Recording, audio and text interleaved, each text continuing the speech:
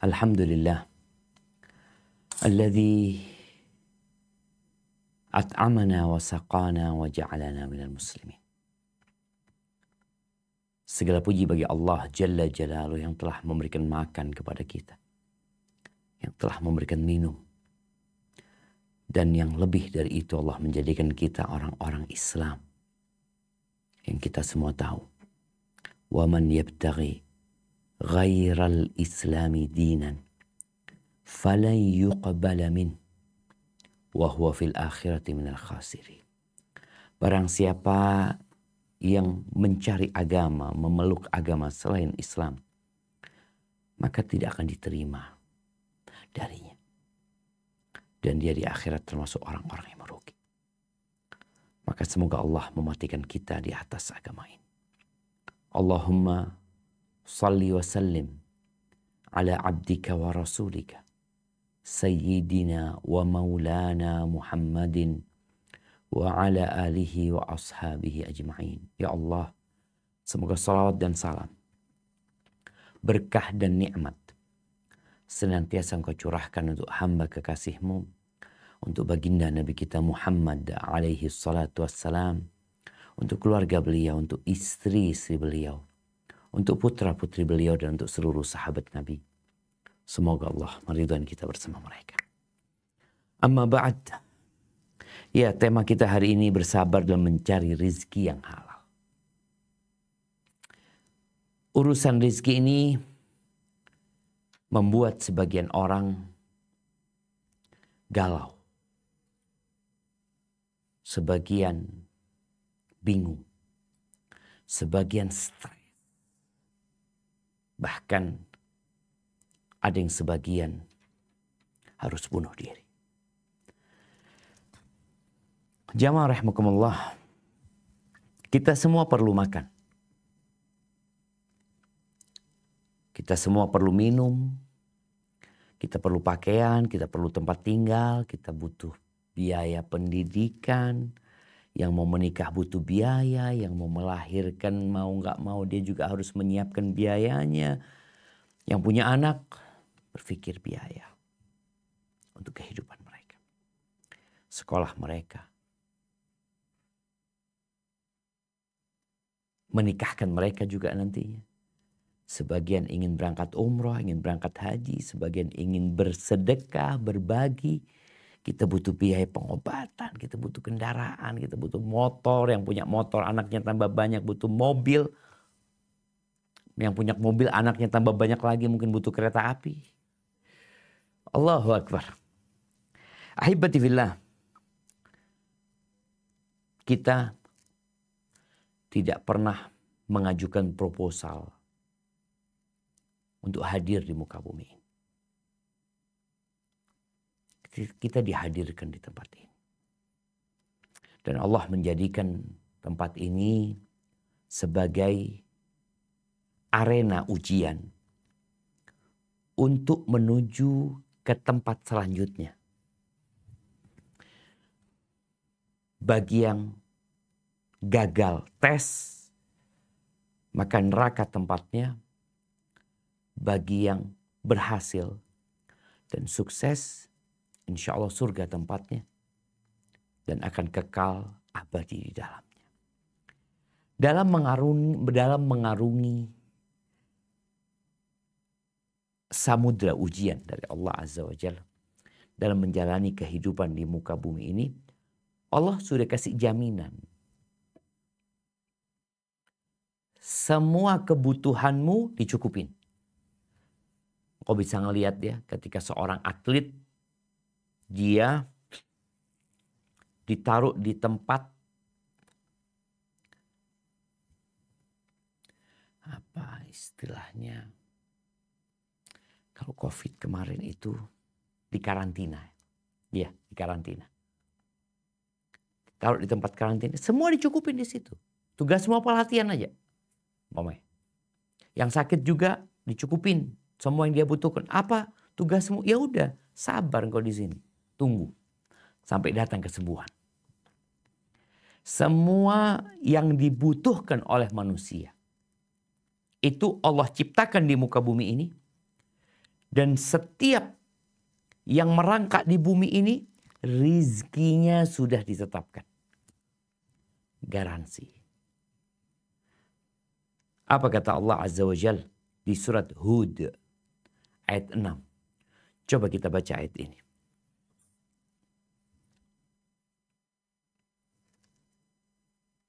وَمَا مِن دَابَّةٍ فِي الْأَرْضِ إِلَّا عَلَى اللَّهِ رِزْقُهَا وَيَعْلَمُ مُسْتَقَرَّهَا وَمُسْتَوْدَعَهَا كُلٌّ فِي كِتَابٍ مُبِينٍ. Dan tidak ada suatu binatang melata pun di bumi melainkan Allah lah yang memberi rizkinya, dan Dia mengetahui tempat berdiam binatang itu dan tempat penyimpanannya. Semuanya tertulis dalam kitab yang nyata, Lauful Mahfuz. Allahu Akbar. Bayangin nih. Jangan manusia.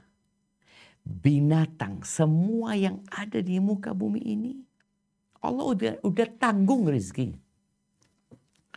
Mereka sekolah ya enggak, belajar ya enggak, kuliah enggak, kursus enggak.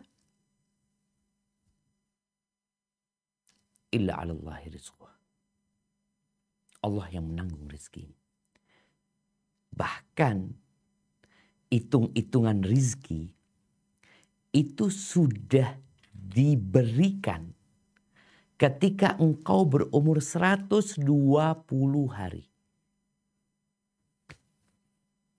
120 hari. Ketika engkau berada di perut ibundamu.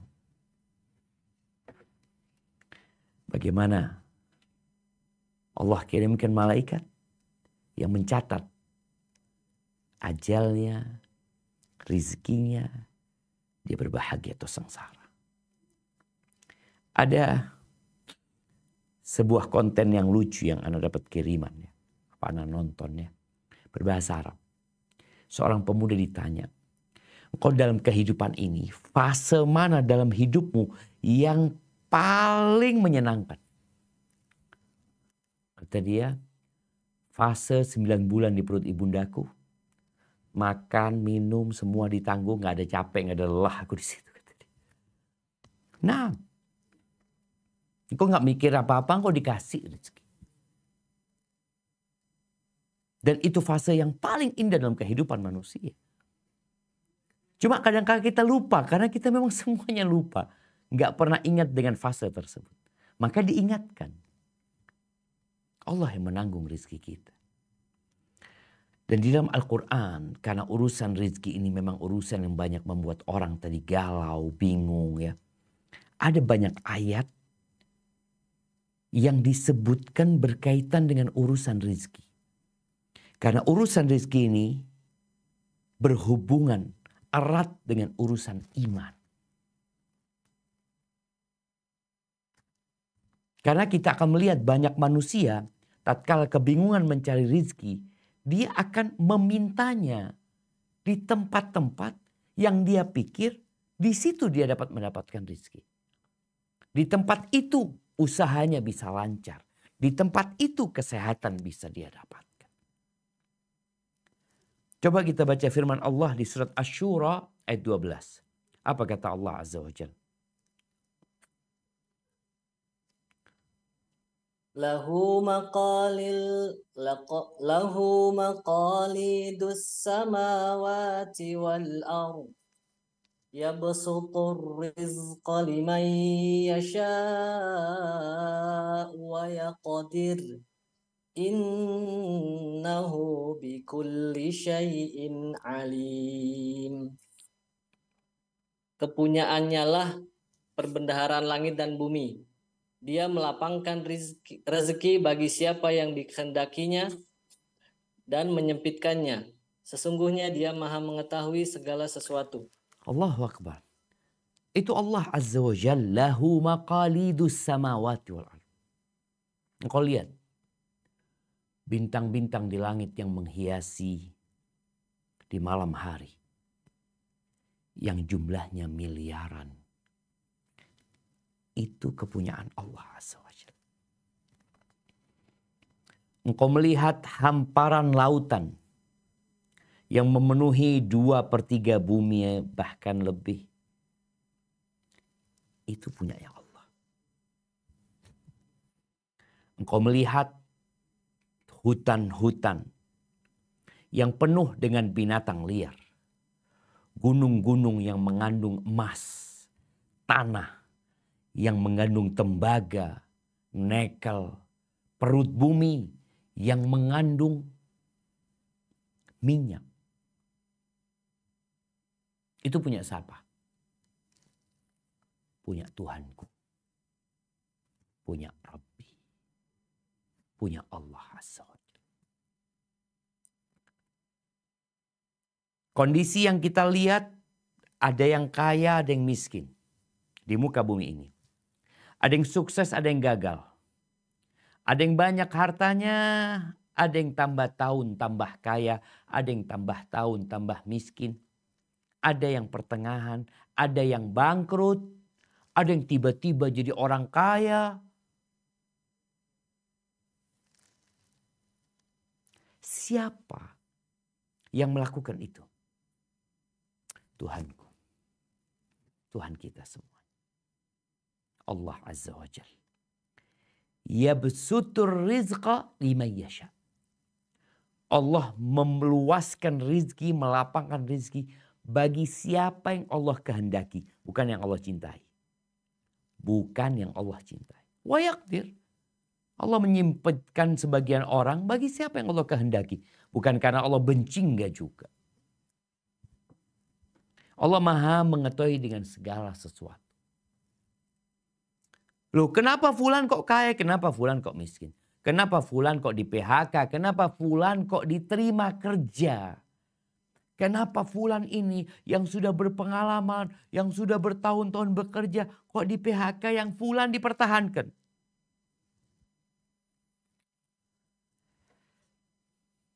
Rabbi. Yang terjadi di muka bumi ini apa yang Allah kehendaki. Ya, bukan yang kita mauin. Kita merasakan ada anak yang kepingin diterima di kampus UI, tapi gak diterima. Padahal dia pinter Pak Ustaz. Yang ini kepingin kuliah di UGM, gak diterima. Kok bisa? Kehendak Allah Azza wa Jalla yang terjadi, bukan kehendak kita. Di surat Al-Isra ayat 30 juga seperti itu. Di surat Ar-Rum ayat 37. Apa kata Allah Azza wa Jalla? Nah.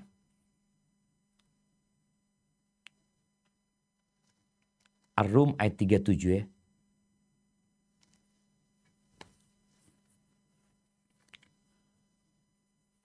Tafadhal.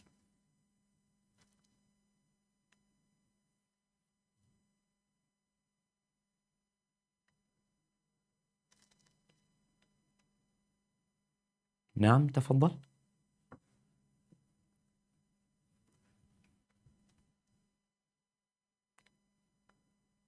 أولم يروا أن الله يبسط الرزق لمن يشاء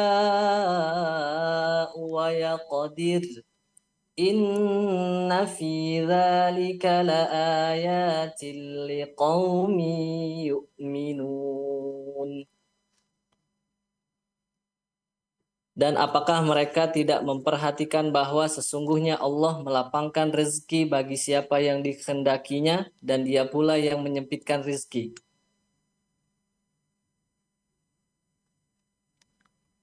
Nah,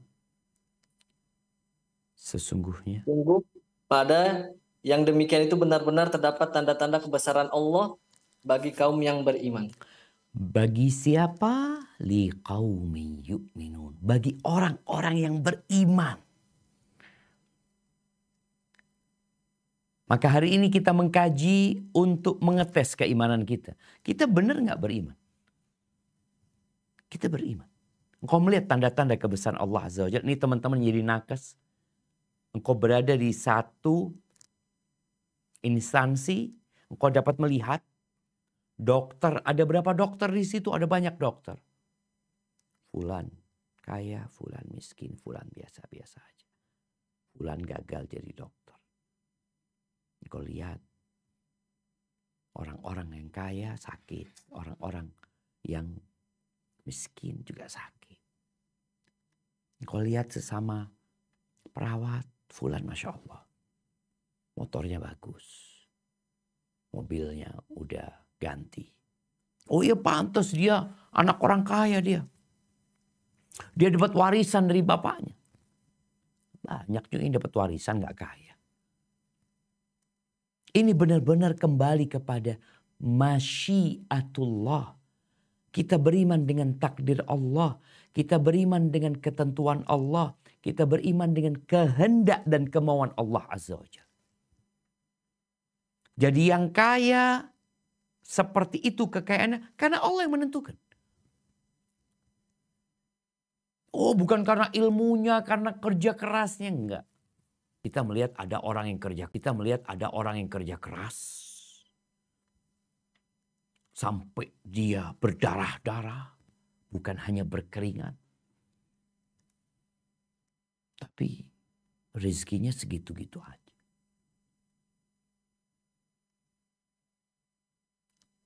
Ada yang kerja hanya tanda tangan. Fulusnya Masya Allah. Nggak capek dia. Oh tapi kan dia pintar. Nggak pintar juga.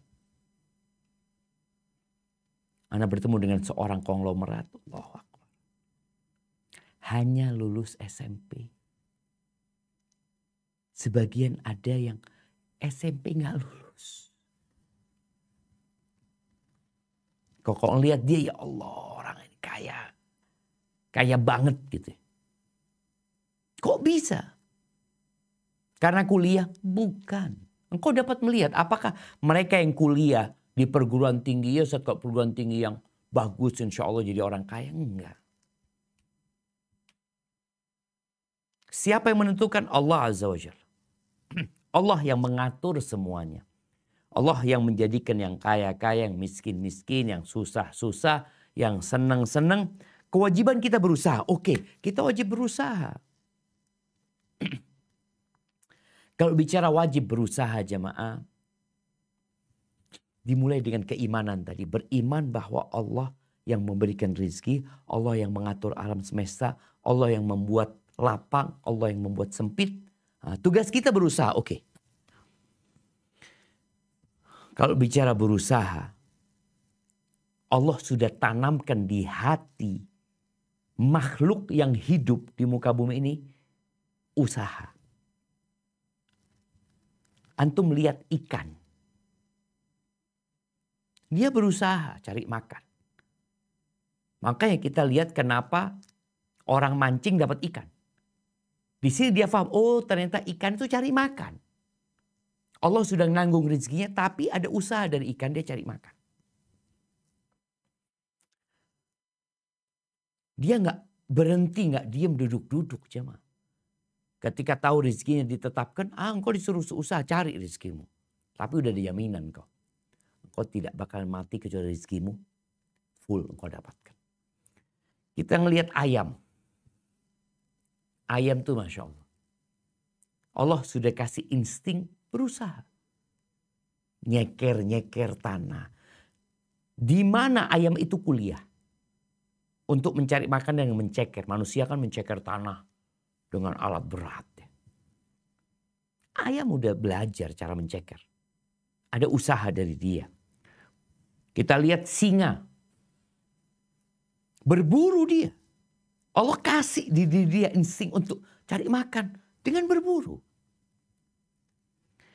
Burung dengan terbang meninggalkan tempat dia. Meninggalkan rumahnya. Sarangnya. Engkau bisa ngelihat burung di pagi hari. Banyak. Anak punya rumah ini dikelilingin sawah. Kalau sudah musim padi itu. Kita lihat ya burung-burung datang makan padinya orang tuh. Nanti ada yang mengusir ya, terbang itu burung. Nanti datang lagi. Ada usaha dari dia. Tikus pun di rumah kita cari rezeki dia. Siapa yang di rumahnya kalau malam hari ada suara di atap rumahnya. Klodok, ada yang jalan. Ngapain ya? Cari rezeki. Manusia pun disuruh mencari rezeki. Dan bicara rezeki juga, rezeki itu ada dua macam. Ada rezeki yang dicari dan ada rezeki yang mencari. Karena Allah sudah tetapkan rezeki itu. Ada rezeki yang mencarimu. Engkau gak nyari, tapi tahu sudah datang. Seperti hadiah. Engkau gak nyari. Ini hadiah yang diberikan karena cinta. Ya. Engkau lagi tidur-tidur di rumah, tahu-tahu tetangga ketuk pintu ya. Dia mengatakan, Assalamualaikum, Waalaikumsalam, ada apa nih? Insya Allah kita ada rezeki nih mau berbagi. Dapat antum pisang, dapat mangga, dapat apa? Mencarimu. Allah yang ngatur. Rezeki yang mencarimu warisan. Nih anak selalu berpikir dia dapat warisan dari bapaknya. Insya Allah bapakku kaya. Ternyata anaknya mati duluan. Bapaknya dapat warisan dari anak. Ibunya dapat warisan dari anak. Itu rezeki. Jadi ada rezeki yang mencari dan ada rezeki yang harus dicari. Perbedaan antara manusia dan jin dengan makhluk-makhluk Allah yang lainnya, binatang, anak katakan yang di muka bumi ini, apa perbedaan manusia dengan binatang? Kalau binatang mencari rezeki tapi nggak pakai aturan. Kenapa? Oh dia binatang. Kayak burung tadi, makan di sawahnya orang. Karena memang diperbolehkan dia makan di situ. Kau lihat tikus, makan rotimu. Kadangkala makan baju. Kita lihat binatang itu nggak pakai aturan cari rezekinya. Allah berikan kebebasan kepada mereka karena Allah nggak kasih akal sama mereka. Dan kelak pada hari kiamat mereka pun akan jadikan tanah. Kita sebagai manusia, ana dan antum, ada aturannya. Makanya tatkala Allah nyuruh kita cari rizki, apa kata Allah di surat Al-Mulk ayat 15. Nah.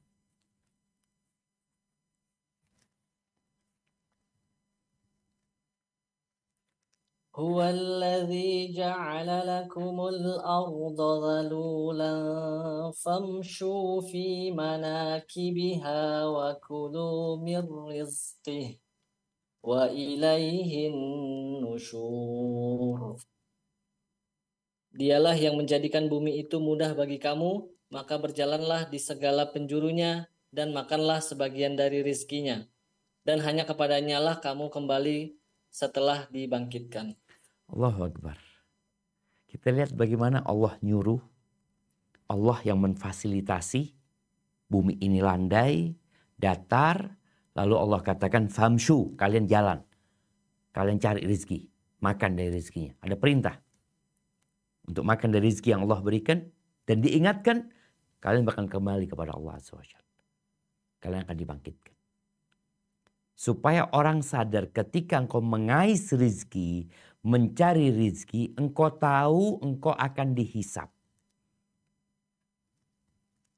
Makanya ada aturan bagi manusia. Kalau engkau binatang, nggak ada aturan. Engkau mau jadi seperti tikus, seperti musang, serigala, singa, ya. Aturan mereka seperti itu, sudah bebas mereka. Karena mereka binatang. Tapi kalau engkau merasa manusia, ada aturan. Ada aturan halal haram. Ada aturan kepemilikan. Ini milik siapa? Oh ini miliknya fulan. Engkau bagaimana cara mendapatkannya? Harus saling ridho. Jadi aturan itu dibikin. Yang jelas kembali kepada awal yang kita bicarakan, yaitu iman. Rasulullah SAW mengatakan, "Lau annakum tawakkaluna 'ala Allahi haqqa tawakkulihi." Kalau kalian tawakal. Tawakal artinya berserah diri sama Allah, yakin, percaya sama Allah, bahwa Allah yang maha memberikan rezeki dan menyerahkan kepada Allah Azza wa Jal dengan sebenar-benarnya tawakal. La razaqakum kama yarzuqut tayr taghdu khimasan wa taruhu bitana. Niscaya Allah Azza wa Jalla akan memberikan rizki kepada kalian sebagaimana Allah memberikan rizki kepada burung. Bagaimana burung di pagi hari berangkat dalam kondisi lapar, perutnya kosong, pulang di sore hari dalam kondisi kenyang. Allah contohkan burung karena burung makhluk yang tidak menyimpan. Hidup dia. Dia berbesok makan apa? Ketika engkau yakin sama Allah, yang engkau miliki belum tentu engkau makan. Oh, aku punya harta cukup untuk 7 keturunan. Boleh jadi malam ini engkau mati dan anak keturunanmu semua mati. Maka kembali kepada iman dalam mencari rizki ini. Engkau manusia ada aturannya. Engkau orang beriman, ikutilah aturan dari Sang Pencipta. Kau bakal ditanya nanti. Sebuah pertanyaan yang sudah dibocorkan, yang kau tinggal siapkan jawabannya. Apa? Kau akan ditanya tentang harta. Min aina iktasabahu wa fima anfaqahu. Dari mana engkau mendapatkannya dan kemana engkau membelanjakannya. Dari mana kemana. Ini salah satu aturan mencari rezeki. Karena besok hari Jumat kita baca surat Jumat. Di situ ada aturan mengais rezeki yang Allah sebutkan di ayat 9 sampai 11. Coba kita baca ayat. Nah. Ya ayyuhalladzina amanu idza nudiya lis-salati min yaumil jumu'ati fas'au ila dzikrillahi wa dharul bai' dzalikum khairul lakum in kuntum ta'lamun. Artinya dulu. Nah. Hai orang-orang beriman, apabila diseru untuk menunaikan sholat pada hari Jumat, maka bersegeralah kamu kepada mengingat Allah dan tinggalkanlah jual beli, yang demikian itu lebih baik bagimu jika kamu mengetahui. Baik. Ini aturan pertama. Wahai orang-orang beriman, idza nudiya, kalau dipanggil kalian, diseru untuk sholat pada hari Jumat, segera. Dan segera menuju kepada zikrullah, mengingat Allah. Dan tinggalkan jual beli. Jual beli ini keuntungannya langsung. Kalau orang kerja kantor enak dia ninggalin. Kenapa? Ya dia istirahat. Tapi orang yang sedang mau jual beli, aduh ini nanti konsumen ini berangkat ke tempat lain. Kalau aku tidak lanjutkan jual belinya, boleh jadi dia nggak kembali lagi ke sini. Tinggalkan. Engkau kan cari rezeki. Dan engkau beriman. Tinggalkan. Kita sedih ketika hari Jumat jamaah mulai memenuhi masjid itu ketika khotib sudah di khutbah kedua. Engkau kemana? Ngapain engkau? Sejumat sekali. Engkau gak bisa datang sebelum khotib naik mimbar. Ketika khotib sudah naik mimbar di hari Jumat itu, malaikat udah tutup buku. Dan kau tidak mendapatkan kemuliaan, kehormatan, keagungan yang diberikan buat orang-orang yang datang sebelum khotib naik mimbar. Orang yang datang di awal waktu seakan-akan berkorban onta. Di waktu kedua seakan-akan berkorban sapi. Di waktu ketiga seakan-akan berkorban domba. Di waktu keempat saya akan berkorban ayam. Terus saya akan berkorban telur. Ketika khatib naik mimbar, tutup buku. Oh, engkau sedang nyari rezeki. Ini loh tempatnya cari rezeki. Wadarul bait. Tinggalkan jual beli. Kata Allah apa? Dzalikum khairul lakum in kuntum ta'lamun. Itu lebih baik buat kalian kalau kalian mengetahui. Banyak orang yang gak punya ilmu tentang Allah. Gak punya ilmu tentang bagaimana mencari rezeki. Yang ada bagaimana dia cari duit. Makanya kita dapat melihat orang-orang yang banyak duitnya tapi tidak dapat menikmati duit yang dia miliki. Dia seperti minum air laut. Minum. Tambah haus, tambah haus, tambah haus. Tinggalin. Lo fulus, tinggalin. Ini aturan. Bagian cari rezeki. Dan perlu sabar. Maka mulai besok harapan anak semuanya hadir ke rumah Allah sebelum khatib naik mimbar. Itu lebih baik. Kalau kalian ngerti. Taib. Udah, selesai sholat ngapain? Ini aturan selanjutnya. Bagaimana mencari rezeki? Selesai sholat Jumat, kemana kita? Coba dilanjutkan ayat ke-10 dan ke-11. فَإِذَا قُضِيَتِ الصَّلَاةُ فَانتَشِرُوا فِي الْأَرْضِ وَابْتَغُوا مِنْ فَضْلِ اللَّهِ وَاذْكُرُوا اللَّهَ كَثِيرًا لَعَلَّكُمْ تُفْلِحُونَ وَإِذَا رَأَوْا تِجَارَةً أَوْ لَهْوًا Aywa, فَضُّوا cara bacanya. Aulahwanim faddu. Disambung ya. أَوْ لَهْوًا انفضوا إليها وتركوك قائما قل ما عند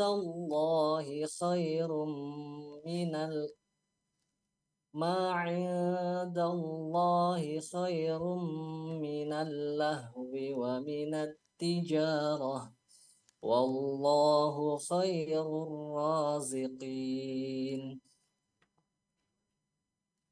Apabila telah ditunaikan sholat, maka bertebarlah kamu di muka bumi dan carilah karunia Allah dan ingatlah Allah banyak-banyak supaya kamu beruntung. Dan apabila mereka melihat perniagaan atau permainan, mereka bubar untuk menuju kepadanya dan mereka tinggalkan kamu sedang berdiri berkhutbah. Katakanlah, apa yang di sisi Allah adalah lebih baik daripada permainan dan perniagaan, dan Allah sebaik-baik pemberi rizki. Barakallahu fiik. Selesai sholat, bertebaranlah di muka bumi ini. Wabtaghu min fadlillah. Carilah karunia Allah. Supaya antum kau cari rezeki yang dicari karunia Allah. Dalam proses mencari rezeki jangan lupa sama Allah. Kenapa? Allah yang kasih. Allah yang punya. Maka Allah katakan wadhkurullaha katsiran. Kalian ingat Allah yang banyak. Kalau kalian ingin beruntung. Lalu Allah menceritakan bagaimana manusia godaan dunia, godaan permainan, seru main itu, godaan urusan perdagangan yang menyebabkan dahulu sahabat itu lagi dengerin ceramah, bubar mereka. Sebagian menginginkan permainan bersenang-senang, sebagian menginginkan rizki, urusan dengan harta, berdagang, bisnis. Ditinggal Nabi SAW khutbah dulu. Maka Allah katakan, Qul, katakan kepada mereka. Yang di sisi Allah itu khair, lebih baik daripada permainan dan perdagangan, perniagaan. Wallahu khairur raziqin. Allah sebaik-baiknya yang memberikan rizki. Semuanya dari Allah. Semuanya milik Allah. Dan semuanya akan kembali kepada Allah Azza wa Jalla. Maka terkadang sebagian kita sibuk mencari rizki sampai lupa zikrullah. Sibuk mencari harta sampai lupa sholat. Bahkan meninggalkan sholat. Bahkan tidak hadir Jumatan. Telat Jumatan. Sabar dalam rangka mencari rizki. Dan kau harus punya iman.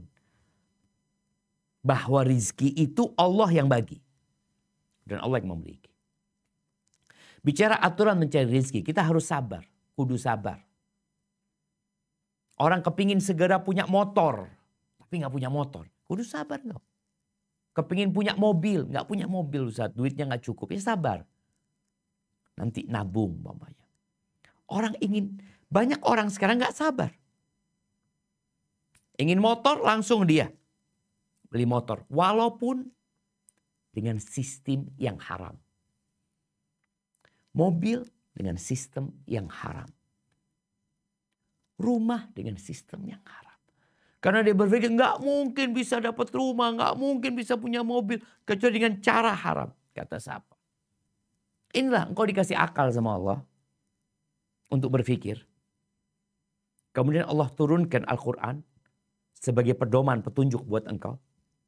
Apa kata Allah di surat Al-Baqarah ayat 275. Nah, coba kita baca. Alladzina ya'kuluna ar-riba la yaqumuna illa kama yaqumul ladzi yatakhabbathu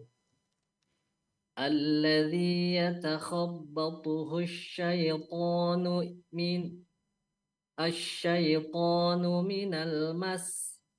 ذلك بأنهم قالوا إنما البيع مثل الربا وأحل الله البيع وحرم الربا فمن جاءه موعظة من ربه فانتهى فله ما سلف وأمره إلى الله ومن عاد فأولئك أصحاب النار هم فيها خالدون. Orang-orang yang makan mengambil riba tidak dapat berdiri melainkan seperti berdirinya orang-orang yang kemasukan setan lantaran tekanan penyakit gila. Keadaan mereka yang demikian itu adalah disebabkan mereka berpendapat sesungguhnya jual beli itu sama dengan riba. Padahal Allah telah menghalalkan jual beli dan mengharamkan riba.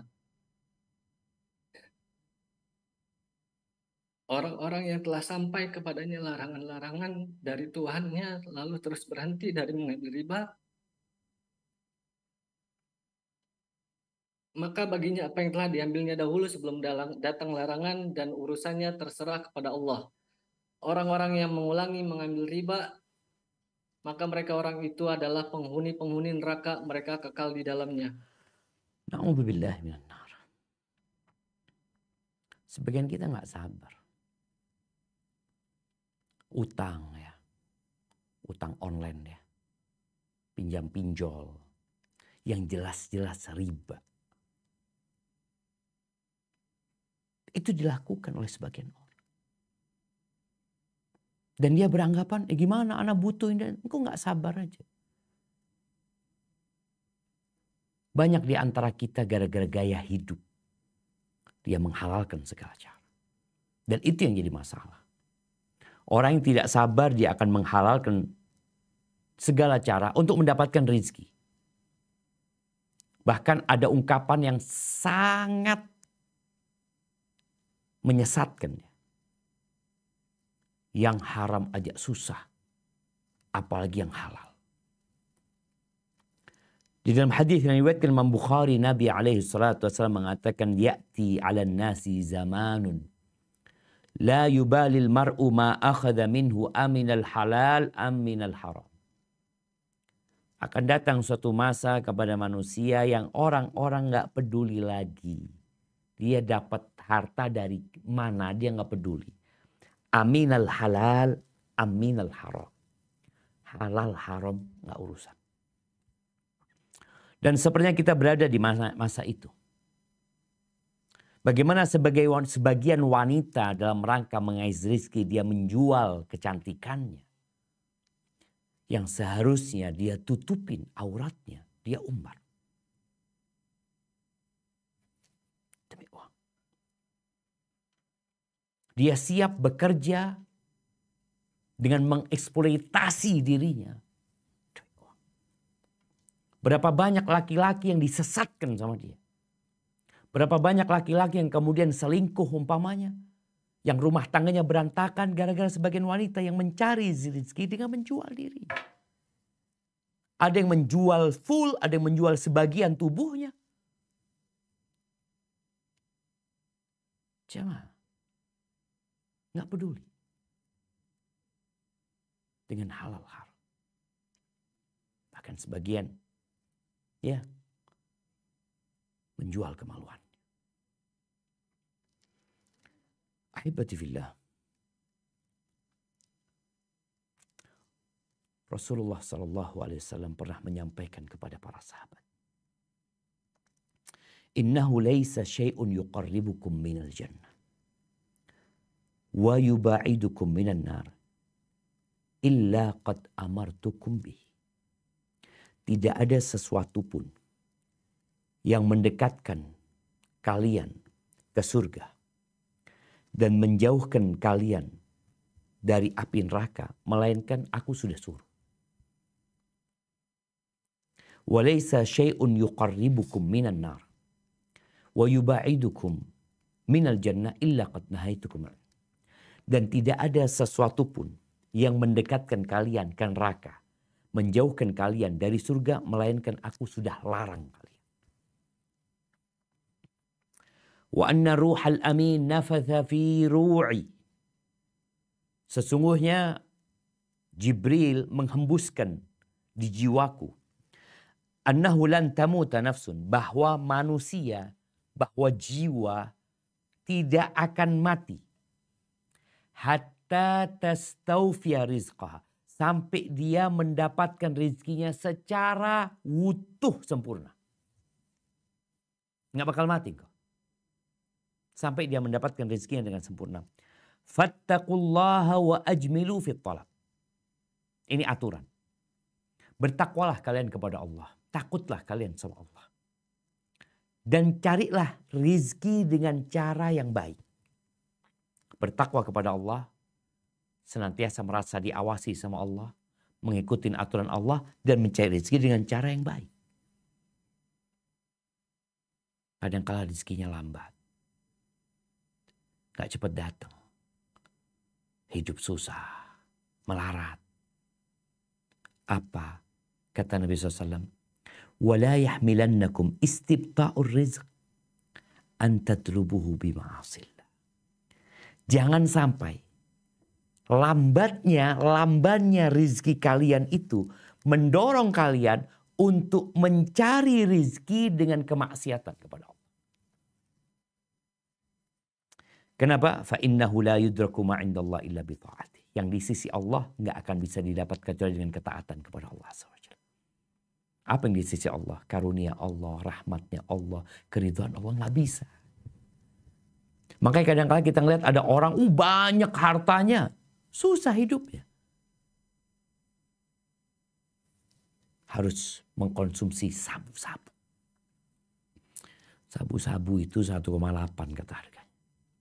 Harganya emas 1 juta. Ini dia lakukan. Minum obat tidur, berantakan hidupnya, gak karu-karuan. Gara-gara apa? Gara-gara merasa rezekinya lambat. Dia nggak cepat kaya, dia nggak cepat sukses, akhirnya dia menempuh jalan-jalan kemaksiatan.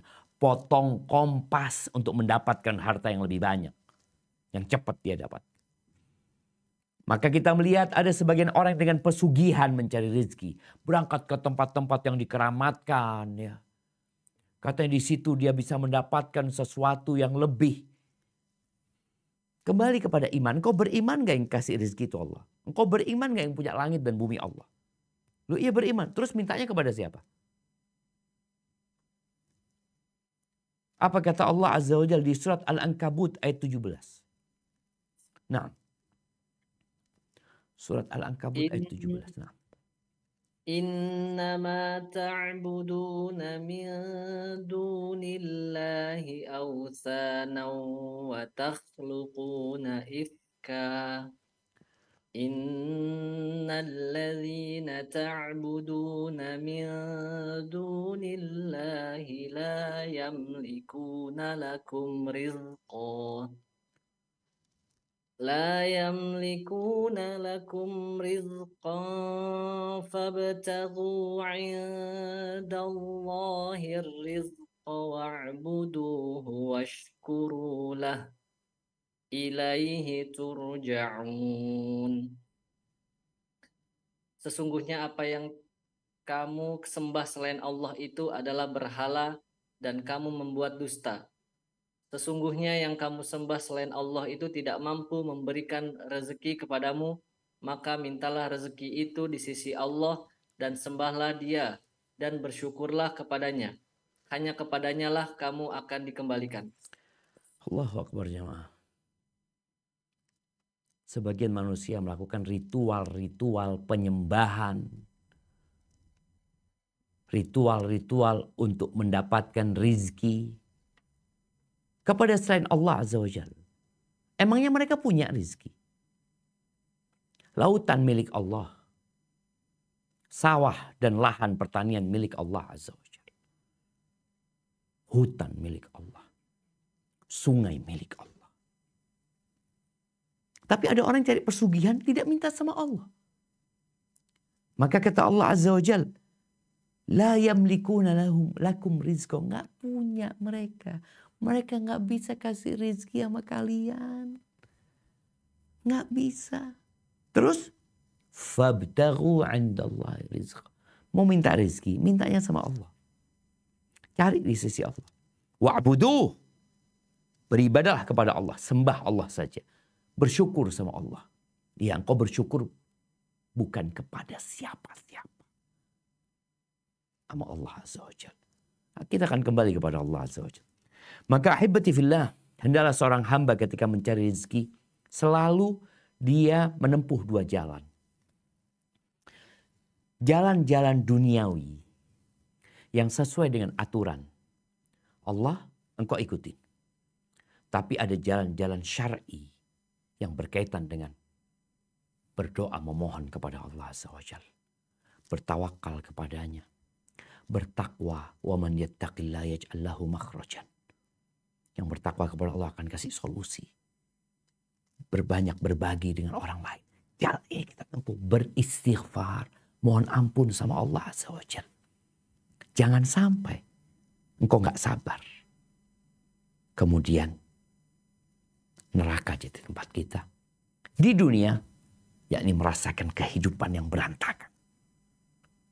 Sebelum di akhirat. Ketahuilah seluruh umat manusia.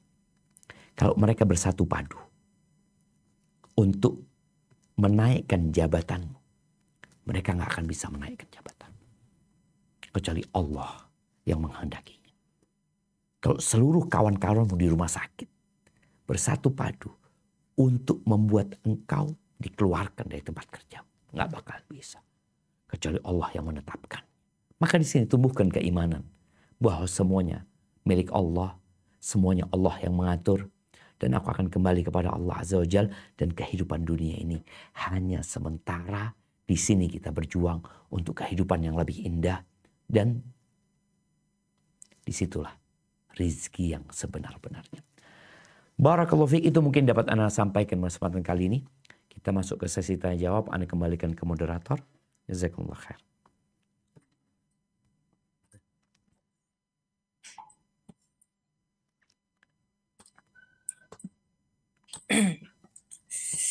Alhamdulillah, terima kasih Ustadz atas siraman rohaninya pada kali ini.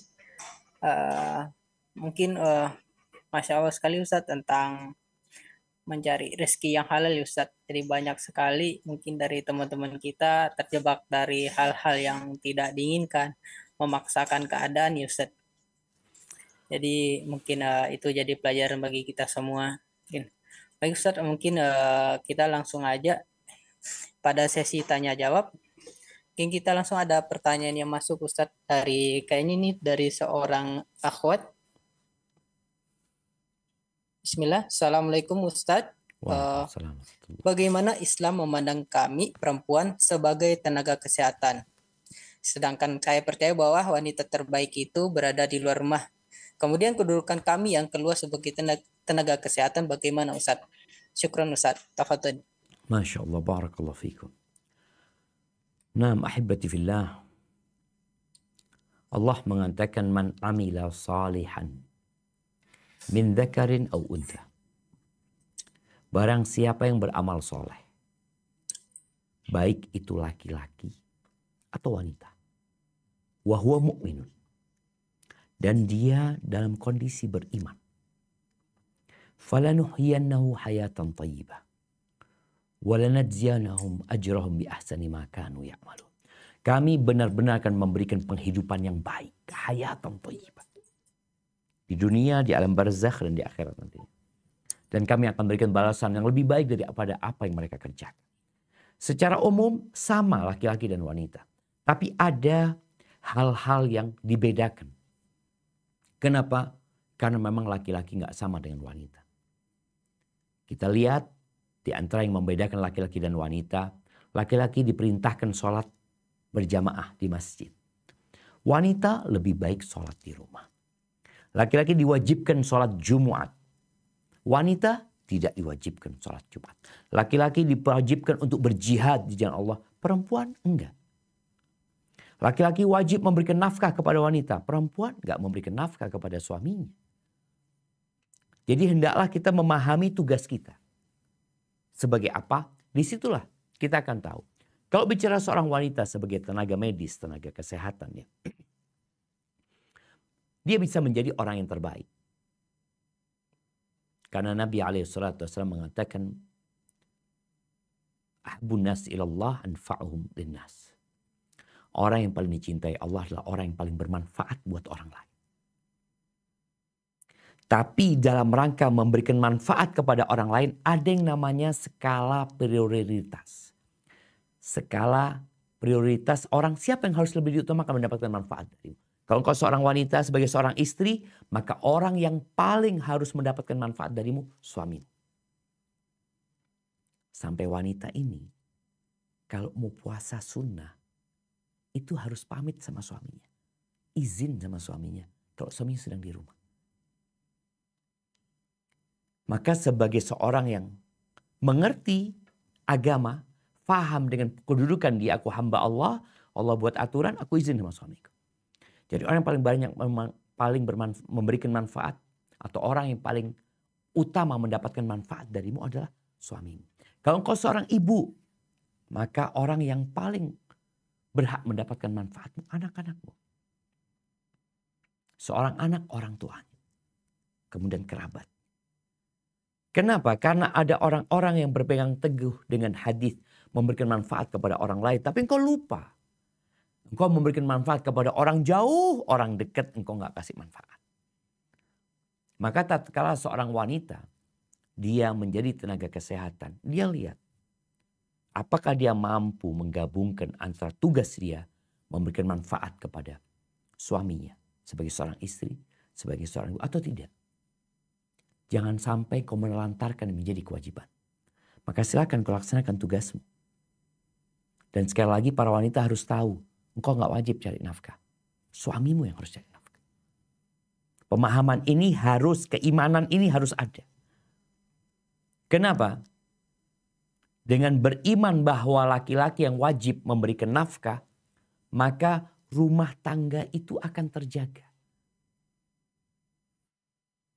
Tapi kalau semuanya merasa wajib mengais rizki, cari rizki, lu siapa yang ngurusin anak? Siapa melayani siapa? Maka silahkan engkau sebagai tenaga kesehatan melihat apa kewajibanmu, mana yang lebih wajib, mana yang sunnah, mana yang hanya mubah saja, sehingga engkau mengetahui tugasmu yang lebih utama, dan jangan sampai engkau melaksanakan yang sunnah yang wajib engkau tinggalkan. Hada wallahu a'lam bishawab. Masya Allah, barakallah Ustaz, terima kasih atas jawabannya. Semoga kita semua bisa mengamalkan nasihat dari Ustaz. Kemudian Ustaz, langsung aja ada teman kita, moderator, yang ingin bertanya secara langsung. Yang raise hand Ustaz. Tafadhal. Tafadhal.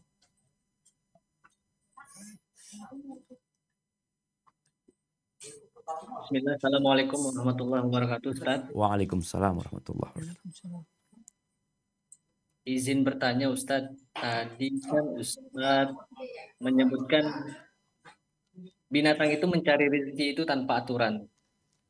Dan pertanyaannya ialah apakah kita sebagai laki-laki atau sebagai kepala rumah tangga, apabila kita dalam mencari rezeki yang haram atau syubhat, itu bisa dikatakan seperti binatang Ustaz. Barakallahu fiik, jazakallahu khairan. Barakallahu fikum. Iya. Sesuai dengan kesamaan seseorang dengan sesuatu, maka dia dimiripkan. Ketika Allah menyebutkan tentang orang-orang kafir, Allah mengatakan innal ladzina kafaru yatamatta'un wa ya'kulun kama ta'kulul an'am wan naru mathwal lahum. Sesungguhnya orang-orang kafir itu bersenang-senang hidupnya. Kulineran, ya, mereka makan seperti makannya binatang. Tadi yang tanpa aturan. Seperti makan binatang. Yang ada perutnya dan yang di bawah perutnya. Dan Allah menyebutkan tentang orang-orang yang dikasih pendengaran tapi tidak menggunakan pendengarannya. Dikasih penglihatan tidak menggunakan penglihatannya dengan baik. Dikasih hati tidak mikir dengan hatinya. Oh, dia dikasih petunjuk sama Allah, dia nggak mau. Kata Allah, ulaika kal an'am. Mereka seperti binatang. Balhum adhal, bahkan mereka lebih parah. Jadi kalau ada seorang yang mencari rezeki dan tidak ikut aturan, sehingga ada kesamaan dia dengan binatang yang ketika cari makan dia ikut aturan. Tapi lebih parah manusia, kenapa? Manusia dikasih akal. Diturunkan Al-Quran, dikasih petunjuk. Kalau binatang, enggak memang. Dia melakukan itu legal. Boleh dia. Yang engkau enggak boleh. Jadi hendaklah kita sadar ya. Kadang-kadang kita enggak mau. Enggak lah, masa anak kayak binatang? Ya enggak. Jangan kayak binatang. Jangan mau. Makanya kita dilarang untuk menyerupai binatang dalam perbuatan-perbuatan binatang. Sholat enggak boleh kayak ayam matok jagung. Sujud enggak boleh seperti binatang buas meletakkan sikunya. Bahkan Nabi SAW memberikan arahan kepada orang yang ngangkat kepalanya ketika sholat ya. Dia mengangkat kepalanya sebelum imamnya angkat kepala. Kata Nabi SAW, apa nggak takut tuh orang yang ngangkat kepalanya sebelum imam ketika sujud. Allah jadikan kepalanya kepala keledai. Dan kita tahu ada satu kondisi atau bukan satu generasi manusia. Satu kaum yang Allah rubah mereka menjadi kera dan babi. Menjadi kera pada waktu itu. Ada yang dijadikan babi, ada yang dilaknat. Mereka jadi kera. Kenapa? Dalam urusan cari rezeki. Di mana Allah larang mereka untuk mencari ikan, untuk berburu ikan di hari Sabtu. Aturan. Mereka berpolitik, bersiasat bagaimana dapat ikan. Tapi nggak di hari Sabtu. Mereka pasang perangkap di hari Jumat. Mereka ambil di hari Sabtu, hari Ahad. Kita nggak berburu di hari Sabtu. Allah rubah mereka jadi kera-kera. Na'udzubillah. Maka di sini jangan sampai kita mengikuti nafsu kita, meninggalkan aturan Sang Pencipta dan lupa sama Allah Azza wa Jalla. Hadza wallahu a'lam bissawab.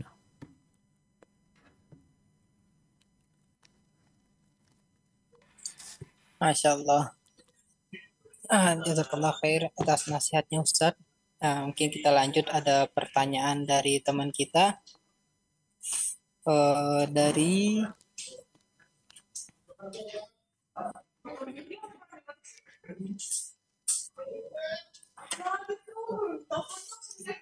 ini Ustadz, dari PKL Cakung Barat, Dr. Istika Rahma. Assalamualaikum Ustadz, izin bertanya, bagaimana hukumnya apabila seorang istri yang menjadi tulang punggung keluarga? Syukran Ustadz. Tafadhol Ustadz. Allahu Akbar. Kalau tanya bagaimana hukumnya, boleh-boleh aja. Tapi tadi kita harus punya iman bahwasanya Allah mengatakan ar-rijalu qawwamuna 'alan nisa. Laki-laki itu diangkat sebagai pemimpin atas wanita. Bima faddalallahu ba'dahum 'ala ba'din wa bima anfaqu min amwalihim. Karena mereka dikasih kelebihan sama Allah. Yang kedua, di sini ada perintah karena mereka memberikan nafkah kepada istrinya. Seorang istri yang rela menjadi tulang punggung keluarga, apa yang dia berikan kepada suaminya, kepada anak-anaknya jadi sedekah buat dia. Maka nggak ada masalah selama sang istri menjalankan tugasnya dengan baik. Atau sang suami akan ridho dengan sebagian haknya yang tidak diberikan oleh istrinya karena istrinya bekerja.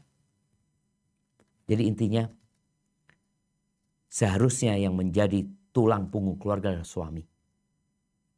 Istri punya kewajiban melayani suami. Dia hamil, dia melahirkan, dia menyusui. Cukup beban ini semua. Makanya kenapa muncul orang-orang yang gak kepingin punya anak ya. Karena mereka dibebani dengan sesuatu yang plus ekstra beban dia. Dia sudah cari rezeki, dia suruh hamil, dia suruh nyusuin anak, ngurusin anak. Sang suami ngapain?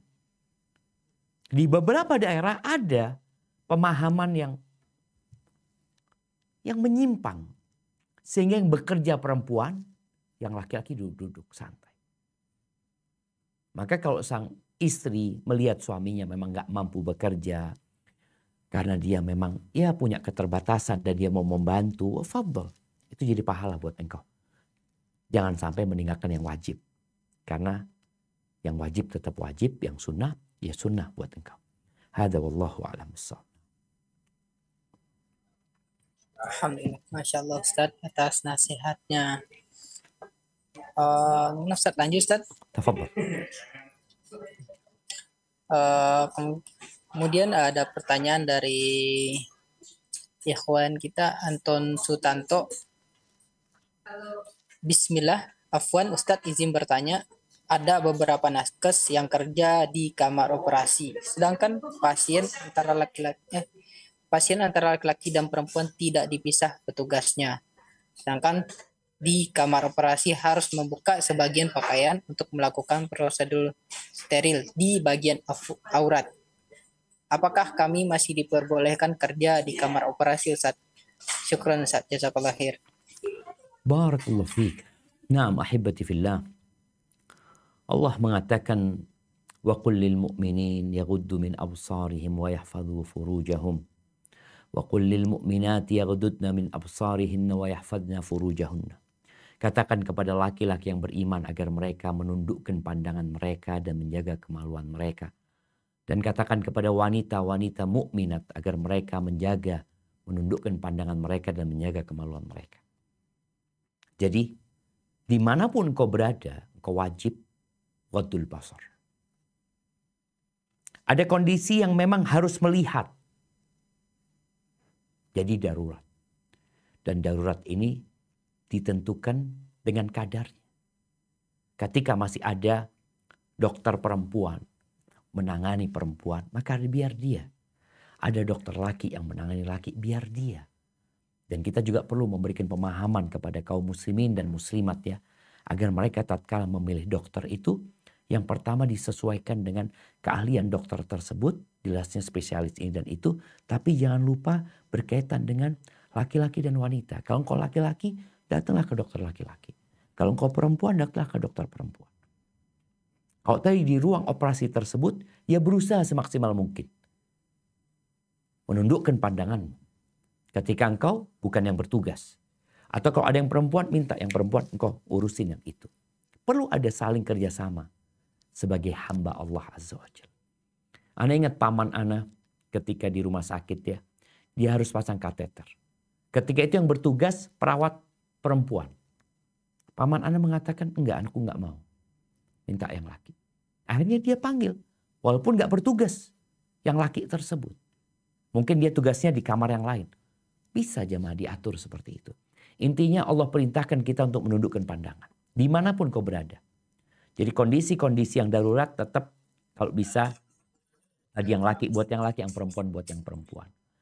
Dan kalau untuk membuka aurat memang buka bagian tertentu ya bagian itu saja yang dibuka. Bukan yang lainnya kemudian dibuka. Dan tatkala harus yang lainnya dibuka, jangan lupa Allah mengawasimu. Engkau diperintahkan untuk menjaga pandangan. Hadza wallahu a'lam bissawab.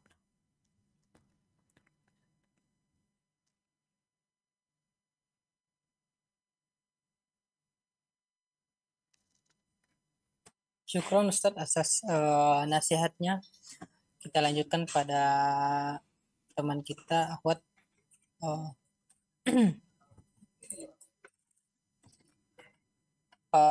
Ada teman kita dari RSUD Cipayung ingin bertanya, bagaimana sikap kami sebagai pegawai yang dihadapkan kepada kondisi atau suasana kerja yang tidak nyaman, yang dikarenakan atasan tidak berlaku adil terhadap bawahannya.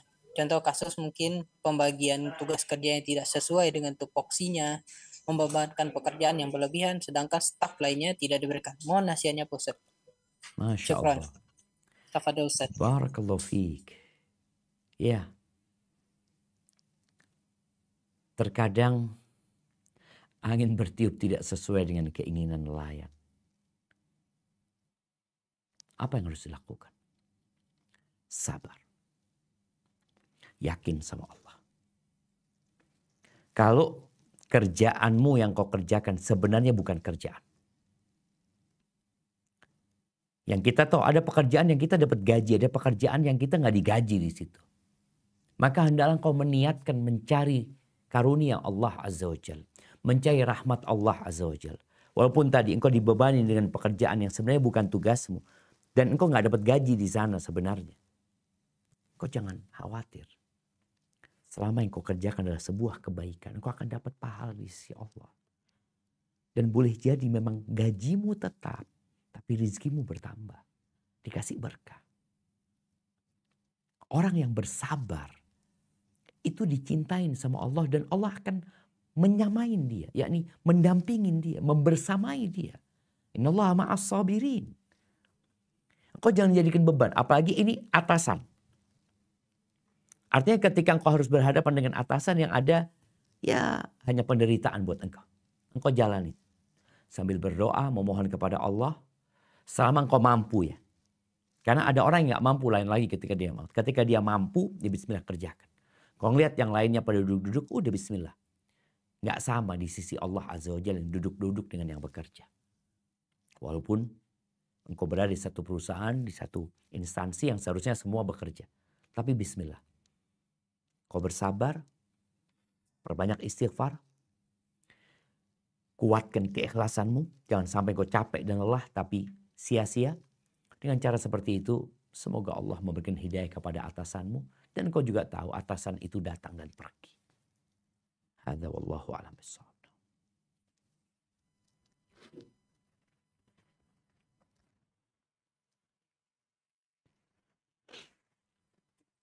Syukron Ustaz atas nasihatnya. Baik, kita lanjutkan ke pertanyaan selanjutnya yaitu dari Taufik.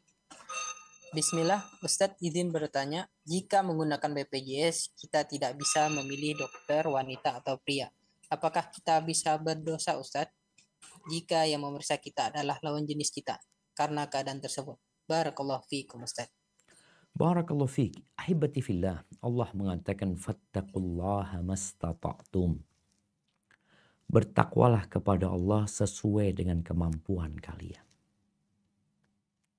Ketika kita berada di posisi yang tidak bisa memilih, apa hendak dikata?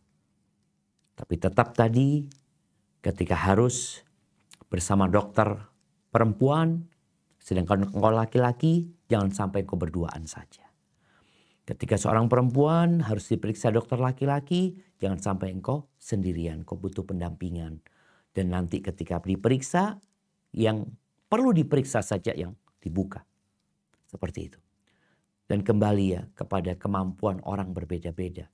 Sehingga Allah yang maha bijak dan maha mengetahui menyuruh kita bertakwa kepada Allah sesuai dengan kemampuan kita. Kalau engkau mampu ternyata memilih, kenapa engkau nggak memilih? Kau akan ditanya sama Allah Azza wa Jalla. Ketika ada pilihan dan engkau mampu memilih. Tapi ketika nggak ada pilihan, ya sudah. Engkau perbanyak mohon ampun sama Allah. Dan kita tahu Allah maha pengampun dan maha penyayang. Hadza wallahu a'lam bissawab. Barakallah Ustaz. Syukran atas nasihatnya Ustaz. Kali ini ada dari teman kita yang ingin bertanya secara langsung Ustaz. Kepada Honi dipersilahkan. Bismillah. Assalamualaikum warahmatullahi wabarakatuh. Waalaikumsalam warahmatullahi wabarakatuh. Semoga Ustadz, keluarga, dan tim SRB selalu diberi rahmat sama Allah Subhanahu wa Ta'ala. Amin Allahumma amin. Ustadz izin bertanya terkait dengan tadi mencari rezeki yang halal. Contoh ketika kita sudah terjebak dengan riba Ustadz. Lah ini kadang-kadang dalam hati kita itu kadang-kadang hidayah itu muncul untuk saya harus menahan untuk melunasi riba itu. Atau kita harus tidak membuka riba lagi gitu Ustadz. Itu yang lebih utama yang mana Ustadz? Terus yang kedua Ustadz, mungkin kadang-kadang kita sebagai panitia tim kajian, kadang-kadang kita futur nih Ustadz, kadang-kadang kita dengan kondisi sekarang kajian kan sudah banyak yang offline atau online. Bagaimana kiat kita sebagai panitia tim kajian untuk selalu semangat dengan kegiatan kajian online ini Ustadz? Kadang-kadang seperti itu, yang kadang-kadang ada perkataan dari ulama yang ikut kajian banyak tapi yang bahagia sedikit Ustadz. Bagaimana kita menjadi panitia ini menjadi orang yang bahagia gitu Ustadz dengan adanya kegiatan kajian ini. Terus yang ketiga Ustadz, boleh Ustadz kalau ke Jakarta diberi kajian offline Ustadz? Masya Allah. Siap, moga Allah mudahkan ya. Moga Allah mudahkan. Amin Allahumma amin. Subhanallah jamaah. Ya, kalau berkaitan dengan riba ya. Yang pertama, segera bertobat kepada Allah Azza wa Jalla. Segera bertobat. Bertobat itu yang pertama dengan menyesal. Kemudian meninggalkan dan bertekad untuk tidak mengulangi. Tapi ada kondisi yang orang tidak bisa langsung meninggalkan. Karena dia harus melunasin dengan sistem riba tersebut. Ya udah, kembali kepada yang sebelumnya disampaikan. Bertakwalah kepada Allah sesuai dengan kemampuanmu. Jangan sampai buka riba baru. Dan bicara riba ini bukan hanya pemilik uang yang dilaknat, tapi yang meminjam. Bukan hanya yang meminjamkan, yang meminjam dan yang meminjamkan sama aja. Maka hendaklah kita takut sama Allah Azza wa Jalla. Penyebab riba ini merajalela karena sebagian kita menganggapnya remeh, dosa kecil. Bahkan ada yang beranggapan enggak apa-apa. Na'udzubillah min dzalik. Ketika orang merasa itu dosa besar, insya Allah harapan tobatnya dia besar. Ketika beranggapan dosa kecil, ya udah. Apalagi kalau beranggapan nggak apa-apa. Jadi nasihat ana yang pertama engkau benar-benar bertobat dengan taubatan nasuha. Berusaha untuk melunasin dan kalau bisa melunasin dengan tanpa riba. Kalau bisa diusahakan. Tapi kalau nggak bisa, apa hendak dikatakan kau sudah terjebak di sana? Banyak baca doa. Allah makfini bihalalika an haramika wa aghnini bifadlika amman siwak. Ya Allah, cukupkan aku dengan yang halal dari Engkau sehingga tidak butuh dengan yang haram. Dijauhkan dari yang haram. Dan cukupkan aku dengan karuniamu sehingga aku tidak membutuhkan pertolongan orang atau bantuan manusia. Itu seperti itu. Ya, kalau pertanyaan yang kedua. Kok lupa yang kedua? Panitia kajian. Baik, panitia kajian. Ya, kalau bicara kajian online, ini salah satu nikmat dari Allah Azza wa Jalla, jemaah ya. Yang mungkin dahulu nggak bisa. Dahulu para ulama harus meninggalkan negeri mereka, para penuntut ilmu harus benar-benar menjadi penuntut ilmu. Nggak bisa dia nyambi. Kenapa? Karena dia harus pergi meninggalkan kampungnya, berangkat ke Mekah, berangkat ke Medina, berangkat ke Irak, ke Baghdad, ke Syam ya. Itu jarak-jarak yang jauh. Kalau sekarang harus berangkat ke Jember, umpamanya antum harus berangkat ke Jember, ya mau nggak mau antum harus sebelumnya harus meninggalkan. Dari Jakarta ke Jember ini butuh waktu kira-kira ya 15 jam.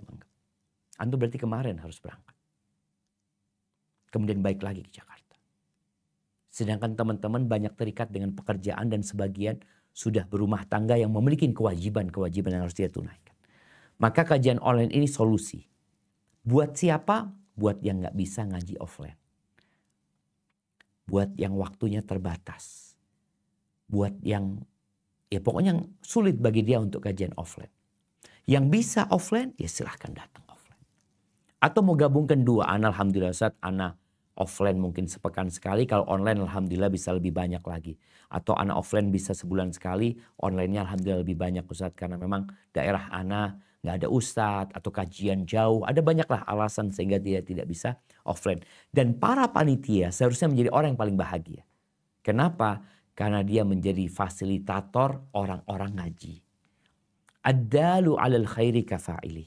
Orang yang menunjukkan kepada kebaikan. Itu seperti orang yang mengamalkan. Gimana kalau yang hadir kajian, yang dapat manfaat dari kajian ada 200 orang. Maka panitia kajian alhamdulillah ya Allah mudah-mudahan ini jadi amal mereka. Cuma di sini para panitia kajian jangan lupa juga untuk ngaji. Karena ada faedah memfasilitasi, ada faedah dari mendapatkan ilmu itu sendiri. Di mana diangkat derajatnya. Sehingga kau menjadi orang yang bertakwa kepada Allah Azza wa Jalla. Adapun berkaitan dengan kajian offline di Jakarta insya Allah jemaah ya. Mudah-mudahan karena ana punya banyak utang sama teman-teman di Jakarta. Dan mudah-mudahan bisa bikin kajian offline buat teman-teman di rumah sakit sana insya Allah. Jazakumullah khair. Masya Allah Ustaz. Nah, insya Allah kita mah siap Ustadz. Kalau Ustadz ke Jakarta kita siap Ustadz. Langsung ready. Siap insya Allah. Insya Allah. Ustadz, gimana Ustadz? Lanjut Ustadz. Siap, fadhol. Mungkin 2 pertanyaan lagi. Baik Ustadz, syukran. Mungkin ada pertanyaan dari seorang akhwat ya Ustadz. Bismillah. Assalamualaikum warahmatullahi wabarakatuh Ustadz. Bagaimana caranya sabar dan ikhlas dalam menghadapi hutang suami yang banyak di tengah pendapatan bulanan kami Ustaz? Syukran Ustaz. Masya Allah, barakallahu fiik ya. Utang suami ditanggung suami. Utang istri ditanggung istri. Jadi utang ini ditanggung masing-masing sebenarnya. Tapi harus ada ta'awun, saling tolong menolong di dalam rumah tangga. Tapi kalau bicara tentang bagaimana sikap istri menghadapi suami yang terlilit hutang yang banyak sekali ya. Yang pertama coba engkau lihat kenapa dia berhutang. Bagaimana sistem hutangnya. Kalau ternyata engkau berhutang dengan sistem riba yang Allah sudah jelaskan Allah menghalalkan jual beli dan mengharamkan riba. Maka yang harus dilakukan adalah bertobat kepada Allah SWT. Ajak suami. Tiap pagi sholat duha. Kemudian baca Rabbighfirli wa tub alayya innaka antat tawwabur rahim 100 kali. Ajak mohon sama Allah Azza wa Jalla. Di malam hari sebelum waktu subuh, ajak suami sholat malam kemudian beristighfar sebelum subuh. Kenapa? Karena mencari rizki itu tidak harus dengan bekerja saja. Kemudian yang kedua, tumbuhkan keimanan kepada Allah Azza wa Jalla. Suami juga diajak bertobat dari dosa-dosanya, ditumbuhkan keimanan bahwa Allah yang memberikan rizki dan Allah mampu menyelesaikan urusan mereka. Di sini namanya tawakal. Karena ada orang yang masih bergantung sana, bergantung sini, minta tolong sana, minta tolong sini. Hatimu bulatkan hanya untuk Allah. Wa 'alallahi tawakkal. Semua orang nggak akan bisa bantu engkau kecuali Allah yang menggerakkan hati mereka. Kecuali Allah yang menentukan hal itu. Kemudian yang ketiga, berusaha untuk memperkecil pengeluaran. Dengan cara apa? Dengan cara puasa. Kau puasa sunnah, Senin Kemis. Makan dikurangin, disisihkan niat benar-benar.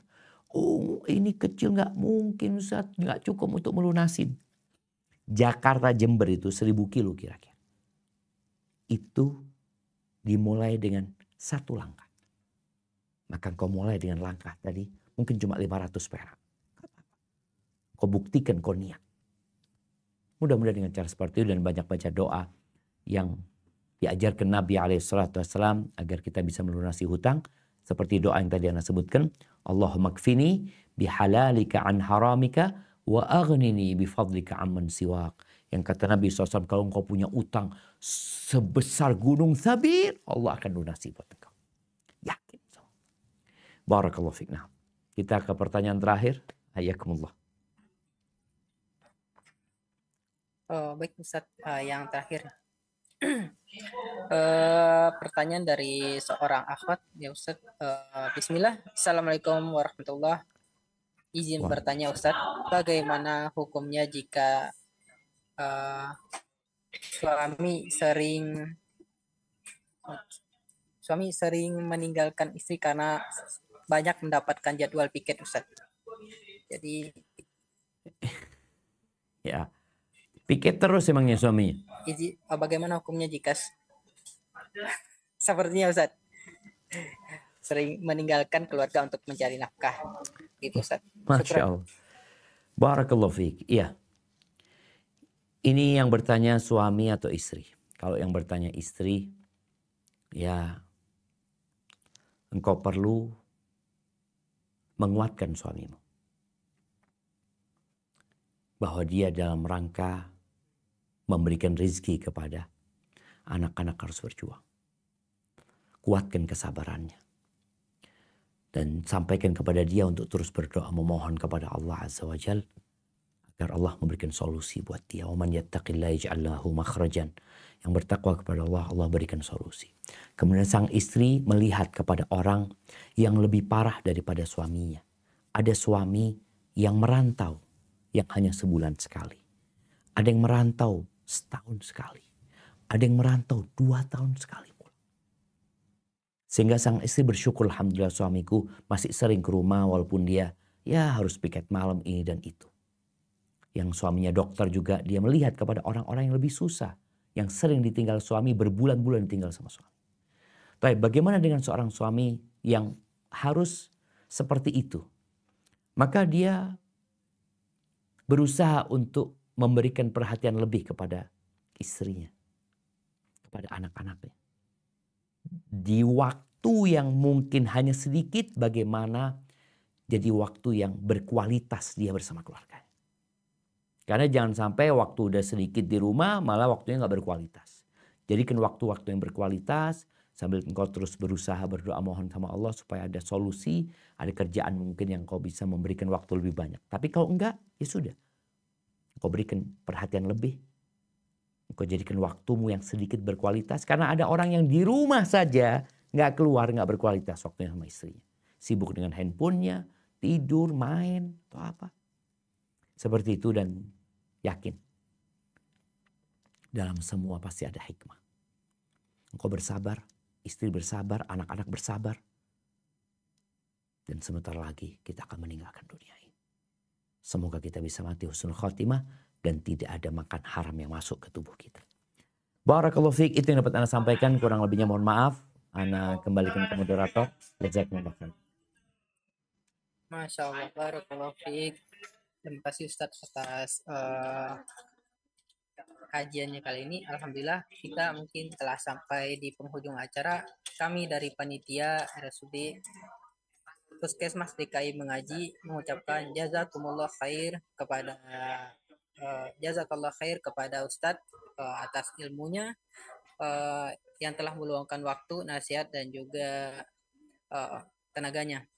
Semoga Allah senantiasa memberikan keberkahan dan kebaikan kepada Ustadz Syafiq Riza Basalama beserta keluarga dan juga tim. Kemudian kami juga mengucapkan terima kasih banyak kepada panitia yang telah bertugas untuk menyelenggarakan kajian ini. Semoga Allah balas dengan kebaikan yang sebaik-baiknya.